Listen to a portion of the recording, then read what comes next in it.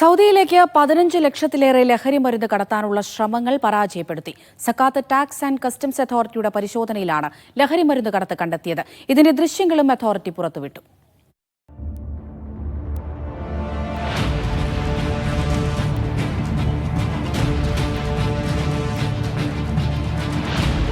സൗദിയിലെ ജിദ്ദ തുറമുഖത്തിലാണ് മയക്കുമരുന്ന് കടത്ത്.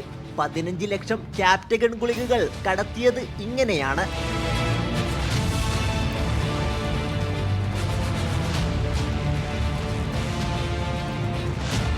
വിദഗ്ധ പരിശീലനം ലഭിച്ച ഡോഗ് സ്ക്വാഡിന്റെ സഹായം ഇതോടെ ഇവ കണ്ടെടുത്തു.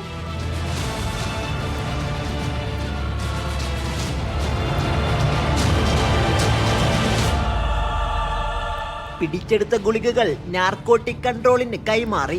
മയക്കുമരുന്ന് കടത്ത് തടയാൻ കർശന പരിശോധന തുടരുകയാണ്. Sabith Saleem, media 1, Jeddah.